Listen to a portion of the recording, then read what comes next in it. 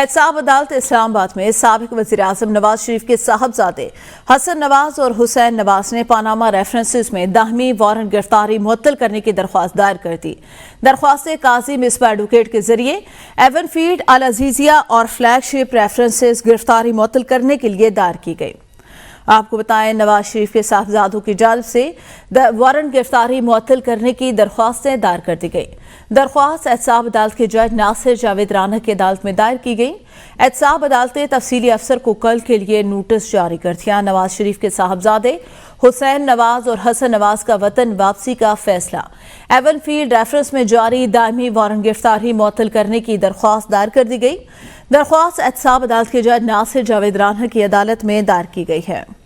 आपको बताएं कि एहतसाब अदालत ने तफ्तीशी अफसर को कल के लिए नोटिस जारी कर दिया।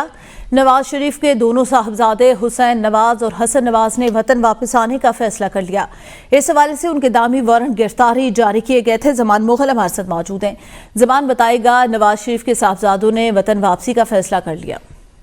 जी बिल्कुल, मियां मोहम्मद नवाज शरीफ साहब के दोनों बेटों ने वतन वापसी का फैसला किया है और उनके वकील की तरफ से आज अदालत में इस्तदा की गई है कि दोनों के चूंकि फ्लैगशिप वारंट जारी हुए थे और उन वारंट को मुअत्तल किया जाए ताकि 12 तारीख को वो पाकिस्तान आ सकें, जिसपे अदालत ने कहा कि तफ्तीशी को नोटिस करके बुला लेते हैं और सूरत हाल का जायजा ले लेते हैं, जिस पर काजी मिसबाउद्दीन की तरफ से मौक़िफ़ इख्तियार किया गया कि लाहौर से आना होता है, लिहाजा एक दिन का टाइम दे दें, जिस पर तफ्तीशी को कल के लिए अदालत ने नोटिस कर दिया। हर तफ्तीशी आके अपनी रिपोर्ट में बताएगा, उसके बाद अदालत फैसला करेगी।